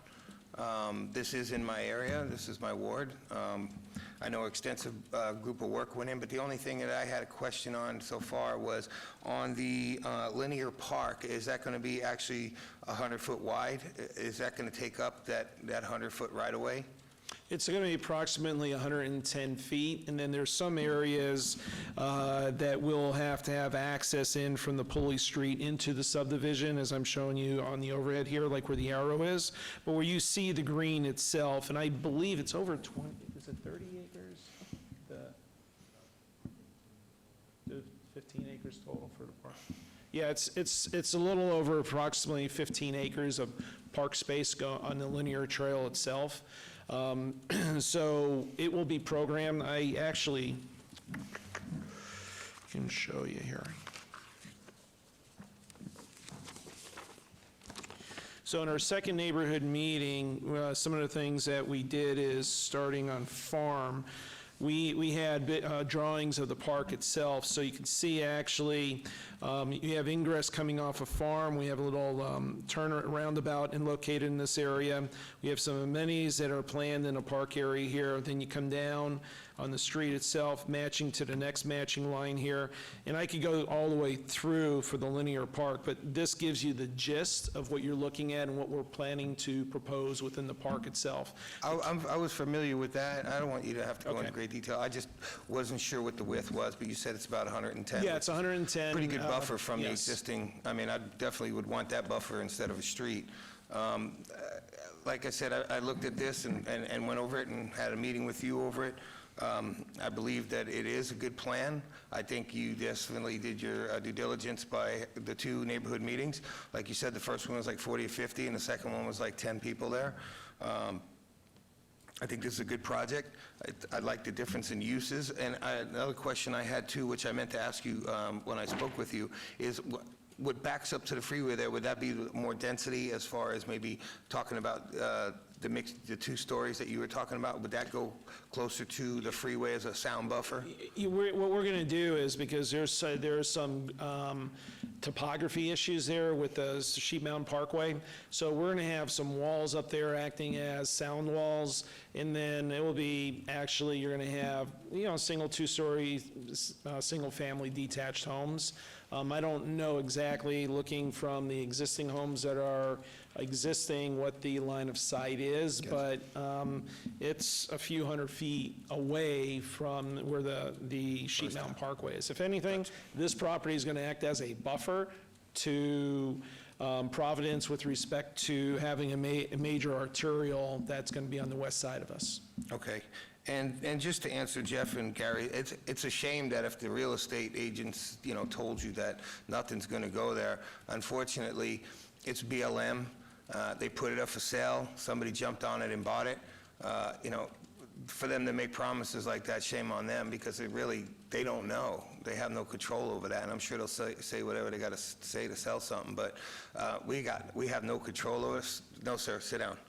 We have no control over that. All we could do is, take what is sold to a developer and try to build the best product that we can to be harmonious and compatible to the surrounding area. And I think by what they presented here and what they've been working on with listening to the 2 neighborhood meetings, and like Mr. Gronauer said, if it had not happened that way, I'm sure there would have been, probably 40, 50 people down here to protest it. So I'm sure those concerns were met. I think it's a great product, and that's why I'm going to make a recommendation for approval.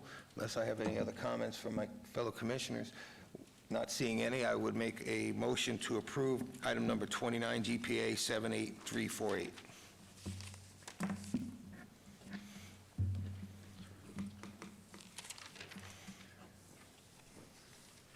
And that motion passes. Motion to approve GPA 78349.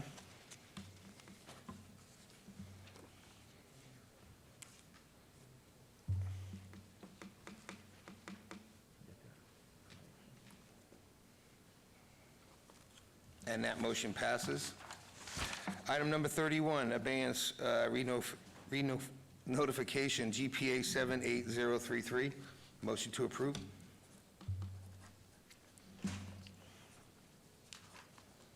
And that motion passes. Item number 32, ZON 78241.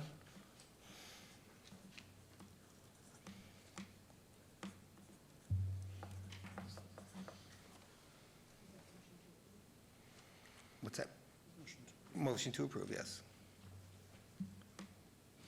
And that motion passes. Item number 33, VAC 78242. Motion to approve.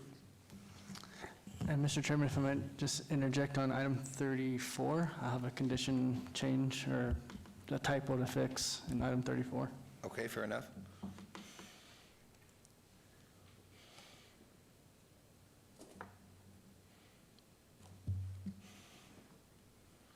It would be a motion for approval, Segal? That motion carries. And item number 34, TMP 78365, motion to approve with the following Mr. Chairman, conditions. we just want to replace the word space in condition number 16 with spare. They're providing us 2 spare streetlights on condition number 16. I don't want to agree to that. No, I'm just kidding. Motion to approve with the conditions as read into the record. And that motion carries. Thank you. Thank you. Mr. Chairman, those items will move forward to City Council and be heard as a part of their agenda on April 15th, 2020. Thank you. Okay, moving on to related items, number 37 through 40, abeyance VAR 78022, applicant D.R. Horton, owner United States of America, for possible action on a request for a variance to allow dead-end stub streets terminations where cul-de-sacs are required for public streets on the north side of Hickman Avenue and west of Cliff Shadows Parkway, Ward 4. Staff recommends denial. Item number 38, abeyance VAR 78023, for a possible action on a request for a variance to allow a 16-foot tall retaining wall where 6 feet is the max height allowed, Ward 4. Staff recommends denial. Item number 34, abeyance SDR 78024, for the possible action on a request for a site development plan review for a proposed 79-lot single-family residential development, Ward 4. Staff recommends denial. And item number 40, abeyance TMP 78025, for the possible action on a request for a tentative map for a 79-lot single-family residential subdivision in Ward 4. Staff recommends denial. Staff report, please. Mr. Chairman, no evidence of a unique or extraordinary circumstance has been presented in that the applicant has created a self-imposed hardship by proposing a residential subdivision that does not meet the minimum Title 19 and Lone Mountain West development standards. Staff therefore recommends denial of all applications. Please note the applicant proposes the following added conditions for items number 39 and 40. Added conditions of approval to SDR 78024.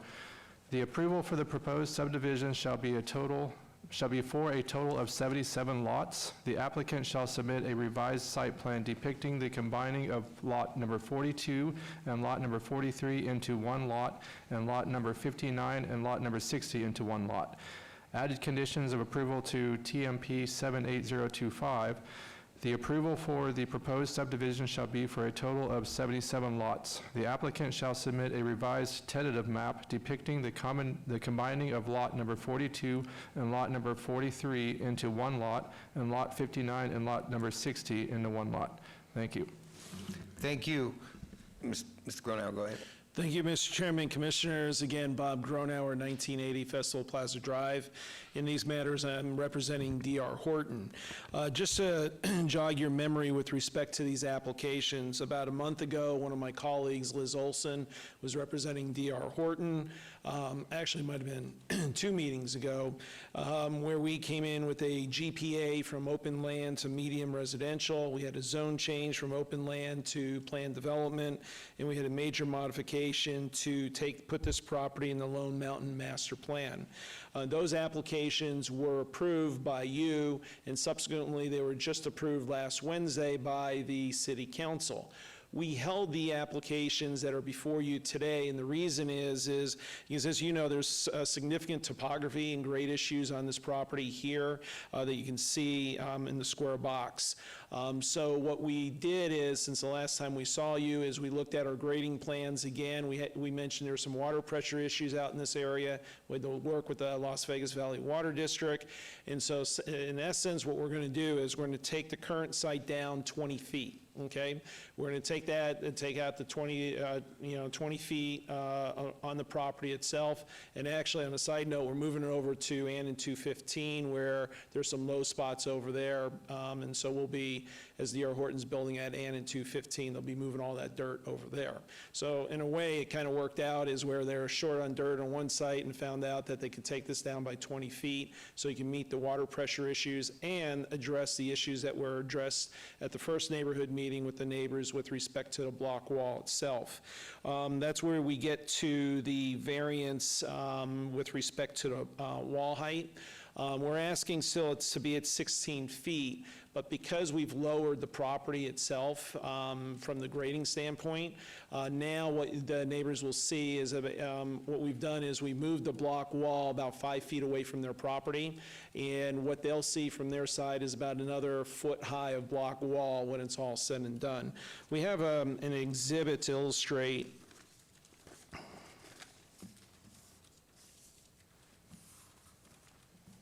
This is from one of the backyards with respect to one of the neighbors. You can see currently where that block wall is. So essentially, we'd be 5 feet further back and then about a foot above the current block wall that they have on their property line. We feel by making those changes with respect to what we were initially proposing, where the wall would have been much higher, that you would have seen that this is definitely a significant betterment for the neighbors in this area, and it makes it easier for us too with respect to development purposes. We've asked to reduce 2 lots. We worked with your staff as late as this afternoon, both Eric and Peter. Want to thank them very much. There's some added conditions if you're looking to approve the application, that we would be knocked down to 77 lots instead of 79. We'd be combining 2 lots, and the lot numbers, I think, they'll call out on the action itself. So we'd ask you to approve the application with respect to those changes on the last 2 applications for the conditions that are going to be drafted. We did have a second neighborhood meeting with respect to the grading issues itself that Liz had. We had a couple people, I think 2 couples showed up to the neighborhood meeting that lived somewhere actually down in this area here. But we believe that by the changes that we've made over the last 30 to 60 days, that it's for the benefit of everybody in this area, especially when we're dealing with the topography issues that we started out with. All right, thank you. This is noticed as a public hearing. Anybody from the public wish to be heard on this item? Seeing none, I'll close the public hearing and turn it over to Commissioner Toussaint. Hi, Mr. Gronauer. I met with Mr. Gronauer the other day, and we did discuss this project, and I think this is a really great project. It is compatible for this area. When it comes to the stub streets, we've approved stub streets before, and I don't see how we could deny this since we've approved it in other locations, so I think we really need to be consistent when it comes to that area. And as far as the wall goes, I believe that the water pressure issue has been taken care of, and the wall issue is a non-issue at this point in time. So I believe that the problems or the issues that people in the community did have, I think are set now, they're at rest, and I would like to make motions to approve, if I may. On item number 37, VAR 78022, motion to approve. You've heard the motion. Please cast your vote. And that motion carries. Item number 38, VAR 78023, motion to approve. You've heard the motion. Please cast your vote.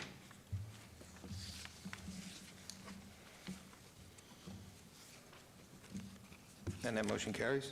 Item number 38, SDR 78024, move to approve with conditions. 39, you mean 39? 39, I'm sorry, Okay. 39 with You've conditions. heard the motion. Please cast your vote. With the conditions read into the record? Yes. And you accept those conditions? Yes, I do. Okay. I want to make sure that the conditions are applicable to this. Okay. And item number 40, TMP 78025, motion to approve with conditions. Okay, the 39 passes, and 40 is with the conditions as well? Right. Motion to Right, approve? correct. Okay. You've heard the motion. Please cast your vote. And you accept that, Ms. Gronauer? Yes, sir. Thank you. Sorry. And that motion carries. Thank you very much. Have a good night, and I'll see you in April. Thank you. Mr. Chairman, those items are final action this evening. On items 37 through 39, they're final action unless appealed to the city clerk's office within 10 days. On item 40, it's final action this evening unless appealed within 7 days. Okay, moving on to item number 41, abeyance GPA 77891, applicant Dapper Companies, owner MLK Carey LLC, for the possible action on a request for a general plan amendment from mixed use to service commercial at 2360 North Martin Luther King Boulevard, Ward 5. Staff recommends approval. Staff report, please. Mr. Chairman, the proposed general plan designation aligns with the existing C1 limited commercial zoning district and is harmonious and compatible with the surrounding parcels. Staff therefore recommends approval. Thank you. Thank you. Please state your name for the record. Good evening, Mr. Chairman, fellow commissioners. For the record, John Curran, 985 White Drive, here on behalf of the applicant to briefly describe this submittal and answer any questions you may have. This general plan amendment before you is to reclassify the westernmost parcel of this project site at Martin Luther King and Cary, reclassify it from MXU to SC. All the parcels would remain C1, and with that consolidation, we'd be able to consolidate all those parcels into one and make this site more developable. The project site has remained vacant for over 2 decades, so we believe this general plan amendment would again improve the developability of this site. We did withdraw the related site development review and variance, but request that you follow staff's recommendation for approval on this general plan amendment. With that, I'm happy to answer any questions. Thank you, sir. This is noticed as a public hearing. Anybody from the public wish to be heard? Seeing none, I'll close the public hearing and turn it over to Commissioner Williams. Thank you, Mr. Chair.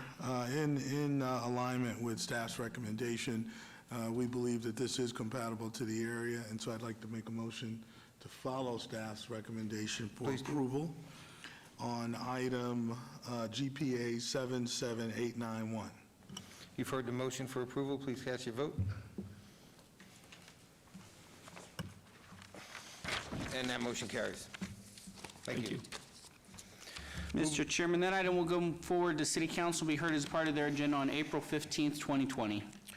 Moving on to item number 44, abeyance VAR 78133, applicant owner Bruce and Lori Werner for possible action on a request for a variance to allow an existing single-family dwelling addition carport with 0-foot corner side yard setback where 15 feet is required and a 6-foot tall front yard fence where 5 feet is allowed at 4613 Del Monte Avenue, Ward 1. Staff recommends denial. Staff report, please. Mr. Chairman, a variance VAR 4384 was approved by the City Council on August 4th, 2004 to allow a 0-foot corner side setback where 15 feet is required for a proposed addition. However, the entitlement was expunged as a building permit was never pulled. Per the submitted justification letter, the applicant states that they were unaware that a building permit was required for the approval of their original variance entitlement. As no evidence of a unique or extraordinary circumstance has been provided, staff recommends denial of the requested variance. Thank you. Thank you. Please state your name for the record. Bruce Warner at 4613 Del Monte. Okay, if you'd like to explain the application, please. Do I have to do it again, even though I did it last time? No, I don't want to waste want to do. time. Mr. Chairman, Mr. Warner was here last time giving Correct. extensive proposals, so it's up to you. I think we're ready to make a proposal, though. I just want it to be done. Okay, well, it's a public hearing. Anybody from the public wish to be heard? Seeing none, I'll turn it over to the chairman. Thank you. Thank you, Mr. Chairman. Mr. Warner, thank you for meeting with me. It gave me great insight into the project and into what you do in that carport. This is not something that I would normally say. We should approve this. But I think last time I mentioned, given the fact that Planning Commission in 2004 and City Council in 2004 approved this, but for your negligence in going to get a building permit, we wouldn't be here today. And I want to be consistent with what was done back in 2004 and approve this. But there are conditions attached to this, Mr. Warner. If we do approve this, you understand that you have to comply with those conditions. Mm-hmm. Is that a yes? Yes. All right, and you understand you have to go through permitting. Yeah, I got everything now. Okay, good. And you understand that there is the issue of that Around the light pole. the light pole, and you're going to have to move your block wall. Run the fence around the light pole, yeah. All right, you understand all of those things? Yeah, I already got somebody lined up to redo the fence. All right, so you're not going to be back here again? If I am, guys can shoot me. Well, if I get 600 pounds, my wife can do the same, so. okay. All right, well, unless there's any further comment from my fellow commissioners, I'd move to approve variance 78133. Mr. Chair, to the motion maker, if I may make a quick comment, I could get behind this if you could amend condition number 2 that says all necessary building permits shall be obtained, final inspections completed in compliance with Title 19 and all codes as required by the Department of Building and Safety within 180 days or something. So, because he possibly could forget in another 6 months, so we want to make sure we have a time frame. Oh, I got somebody else. The architect guys. Hold made on sure- one second, Mr. Warner. I'm okay with that. Is staff okay with the 180-day timeline? Okay. Then I would make a motion to approve item 44, variance 78133, subject to conditions as amended, to allow for 180 days to obtain the building permits and all final inspections completed. And the applicant was okay with that? Oh, yeah, as soon as you Okay, guys just can wanna make sure. go get it right now. Just wanna make Mr. sure. Chairman, I just want to... Well, you've heard the motion, please cast your vote. Yeah, Mr. Chair, just one thing. We had the 180 days on condition 2. On condition 5, we have 30 days, so, I mean, we're okay to move that 180 days as well. I just want to make note that it says 30 days on condition 5. And it's to remove the, and I want to be clear, so those are kind of two separate things. One is to remove the block wall that is impeding access to the streetlight. That easily is achievable in less than 30 days. The permits and final inspections, 180 days is a reasonable time for existing construction for that to be accomplished, if, as the applicant says, he has everything ready to go. Yeah, well, it's not a block wall, it's a fence. There's a Well, okay, wrought the iron fence, yeah. whatever it is. Okay, you've heard the motion, please cast your vote. And that motion passes. And you're a fast talker, I gotta say. And, Mr. Chairman, so this item is final action tonight unless appealed to the city clerk's office within 10 days, which means after 10 days, you will be eligible to pull those permits, and based on that timeline, I would encourage the applicant to have those submitted and ready for review So so I have to that, wait at least 10 days. to pull the permit, you can submit tomorrow, but you can't get the permit pulled until after the 10-day period for appeal has So I'll get a elapsed. letter from you guys that says I'm good to go on the permit? You'll get an action letter. They'll mail that out probably tomorrow afternoon or Thursday morning. When you get that, you can include that with your information. But again, you can go to Building and Safety now and file for your permits. You just will not be able to get them issued to you for 10 days. So they'll know when to issue them then? Correct. The If I went planning, down there and I paid the fees and that, they would, I just have to wait yeah, for them? for the 10-day period for us to be able to approve it. Okay, but I can start getting the guy to move the fence and tomorrow? All right, just take it to the side there, so let me get this going. All right. All right, item number 45, abeyance ROC 78043, applicant Walmart Stores, Inc. Oh, that was abated, okay. That's right, forgot to circle that one. Okay, item number 46, VAR 78229, applicant owner Michael and Ruby Kelchner, for possible action on request for a variance to allow an existing accessory structure, Class 2 carport that is not aesthetically comparable to the principal dwelling, to allow a 2-foot separation from the main building where 6 feet is required, a 0-foot side yard setback where 3 feet is required, to be located in front of the principal dwelling unit where such is not allowed, to exceed the height of the principal dwelling unit where such is not allowed, and to allow an 11-foot rear yard setback where 15 feet is required for an existing, where required for an existing addition to a single-family dwelling at 717 South Mallard Street, Ward 1. Staff recommends denial. Staff report. Mr. Chairman, no substantial evidence has been presented to warrant the requested variance. Staff finds that the applicant has created a self-imposed hardship by developing the site without complying with Title 19 development standards. Therefore, staff recommends denial of this request. Please note that there are additional letters of support and protest since publication. Thank you. Thank you. Please state your name for the record. Michael Kelch from 717 South Mallard Street. Would you like to elaborate on your application? I just want to get it solved before I can pull any type of building permits to correct the issues there. I need this variance, is what I've been told by the city staff people. And that's what I'm doing. I'm trying to apply for the variance, and once that is approved or denied, we'll, follow whatever needs to be done later. I don't know. See, I'm way out of my element here, of all you professional people. It's just that it's created a tremendous amount of stress in our family, and we need to fix it. And that's why I'm here, to try to fix the issues that I created years ago. So, Okay, appreciate that. This is noticed as a public hearing. Anybody from the public who wishes to be heard on this agenda item, please come forward, state your name for the record.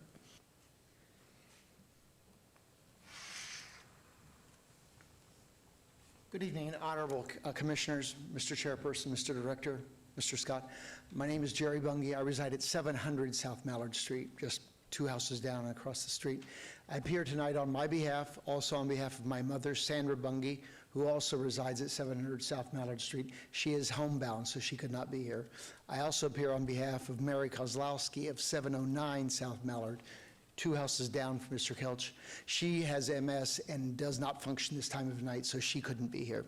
Finally, I'm here on behalf of Byron Belisle of 704 South Mallard Street, who could not be here because he's sick, and unless you wanted to get sick, we thought it best he stay home.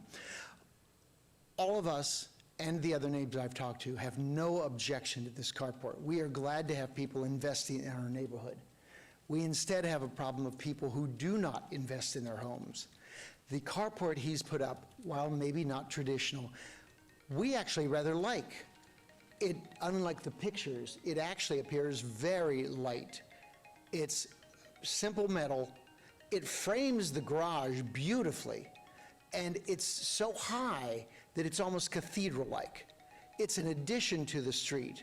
We all think it should be there, and this is a case where variances are appropriate. Yes, I admire what the staff has looked at. They're right, it doesn't meet exactly. But this is where a variation is right. It's better for the neighborhood.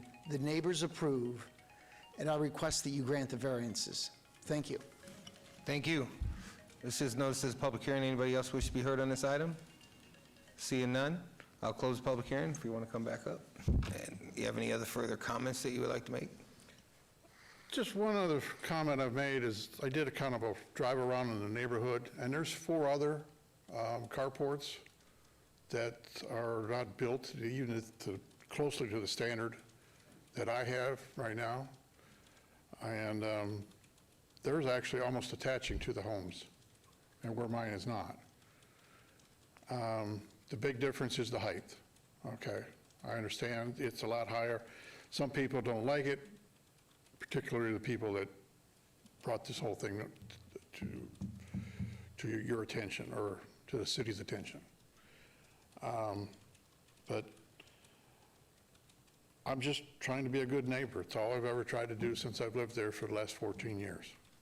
Appreciate that. Okay, at this time, I'll turn it over to Commissioner Rogan. Thank you, Mr. Chairman. Well, I appreciate that the neighbors, or some neighbors, are out here in support of you, and it seems as though you're a great neighbor. This is not a great carport. This is not something that is harmonious and compatible with the neighborhood. It's not something that's compliant with the rules that we have about what can be built on your property. I don't think that this is something that I can support with a variance. However, your room addition that was enclosing a patio, even though you built it without permits, I'm okay with that. I think a variance is... Well, I started Hold with on. permits. Hold on. Okay. I think it's appropriate. I think the variance is warranted with regard to that rear yard setback. It's 4 feet. It's not a lot. This is a major variation. This is a huge carport that just doesn't comport with the style of your home, the size of your home, and I can't support that. If you're willing, what I want to do tonight is move to approve the variance insofar as the enclosed patio den, but I cannot support a variance for this carport, and I'd be moving, and I don't know what my fellow commissioners think, that it be removed. Do you understand that? Remove? Yeah. I can't put a lower one in to shorten this one? Well, you can't have this one, so you'd have to go through the process of obtaining a variance and coming forward with your plans and working with staff and coming before us again for that. But this one, I can't support, and that's what's before us tonight. So do any of my fellow commissioners have anything to say? Anybody? I would have to concur with the commissioner too as well. I'm in favor of the addition, but the carport is just It just blows it out of the water. It's just, it does not look harmonious and compatible. I'm sure it's, you love it because you get the shade and all that, but it just doesn't fit. I got to rub with that myself. I mean, personally, I just got to rub with that myself, so I couldn't support it either. So there's no way I can keep this by making any adjustments to it, what you're selling? No, because it doesn't fit. I mean, it's even big, almost as big as a house, if not bigger, than the front of that house. Oh, it's the size of the garage, but yes. So that's where I'm at with that. Anybody else have any comments? Commissioner Rogan? Mr. Chairman, through you, if I might, to the motion maker. So based on those comments, my suggested motion would be a motion for approval of this variance limited to the portion that allows an 11-foot rear yard setback where 15 feet is required for an existing addition to the single-family dwelling, with an additional condition related to a timeframe for removal of the unpermitted component, which would be the carport. And again, what is the usual timeframe that you give people in this situation? For a demolition, it's usually 90 days. So you can usually get the permit to demo something and remove it within 90 days. Sir, whatever decision is made tonight, it's appealable to City Council, so it's not the final option that you have. It's just strange that I didn't use a permit to put it up, but I have to get one to take it down. Yeah, well, we got to make sure everything's safe. So I would make a motion, sir. Do you understand that it would, if your appeal to City Council doesn't go through, it would be 90 days from that moment in time, okay? Well, I can appeal. You can appeal. So it's not, this is just Planning Commission. If you don't like what we do, you can appeal that decision to City Council. Okay. So it's not the end of the road for you, all right? Excellent, thank you. Okay, all right. With that being said, I would make a motion in conformance with what the director said, that insofar as the variance would be approved to allow for a 11-foot rear yard setback, but no variance for the carport, with the additional condition, condition 5, that the carport be taken down within 90 days. Thank you. Okay, you've heard the motion. Please cast your vote.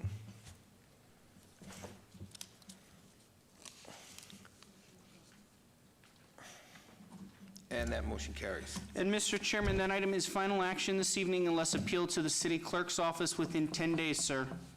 So 10 days, if you wish to appeal.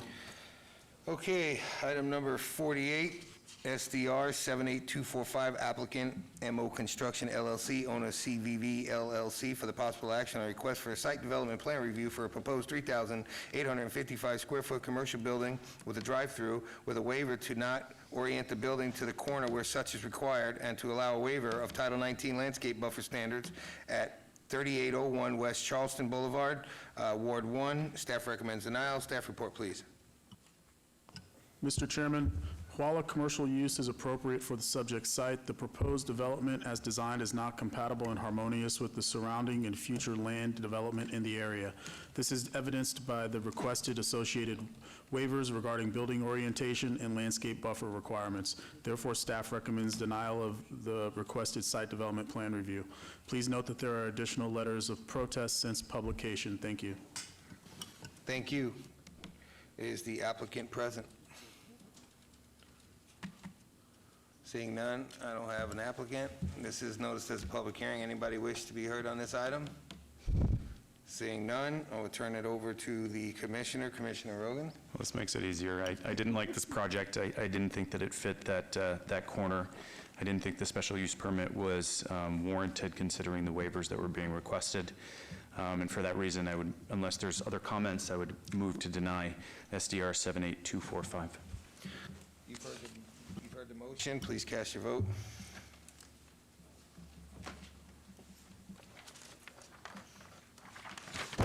And that motion carries. And Mr. Chairman, that item will actually move forward to City Council and be heard as part of their agenda on April 15th, 2020. Okay, moving on to 51, the second portion of the citizens' participation. Public comment during this portion of the agenda must be limited to matters within the jurisdiction of the Planning Commission. No subject may be acted upon by the Planning Commission unless the subject is on the agenda and scheduled for action.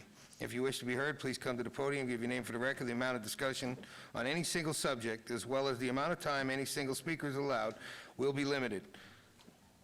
I will now open that agenda item. Anybody from the public wish to be heard? Seeing none, adjourn the